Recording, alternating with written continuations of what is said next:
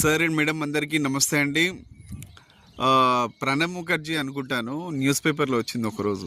భారతదేశంలో వస్తువులలో లేదు మురికి, మనుషుల్లోనే ఉంది మురికి అన్నాడు. కానీ ఇన్ని సంవత్సరాలు నాకు కూడా అనాల్సి వస్తుంది.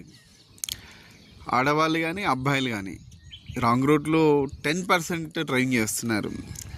10% రాంగ్ రూట్ డ్రైవింగ్ చేస్తున్నారు.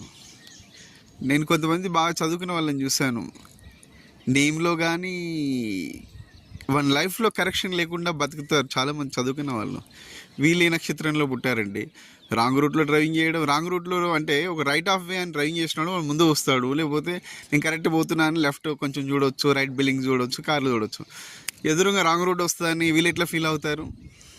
రాంగ్ రూట్ చాలామంది రాంగ్ రూట్ డ్రైవింగ్ చేస్తున్నారు. దయచేసి ట్రాఫిక్ రూల్ పాటించండి, రాంగ్ రూట్ డ్రైవింగ్ చేయకండి. రాంగ్ రూట్ డ్రైవింగ్ చేస్తే రాంగ్ రూట్ వెహికల్ వస్తుందని వీనికి ఎట్లా తెలుస్తుంది? మనమే అప్పుడప్పుడు చూస్తుంటే ఈ చెట్టు బాగుందో లేకపోతే ఆడ పక్షులు బాగున్నాయో అని మనమే ఇట్లా చూపు మారిపోతుంటుంది.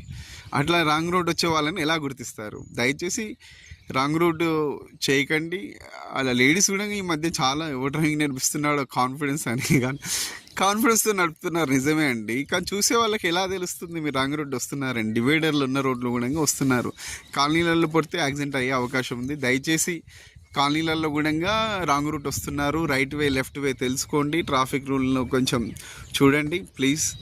యాక్సిడెంట్ అయినప్పుడు చాలా బాధగా అనిపిస్తుంది చూసే వాళ్ళకి. ప్లీజ్ ఫాలో చేయండి ట్రాఫిక్ రూల్.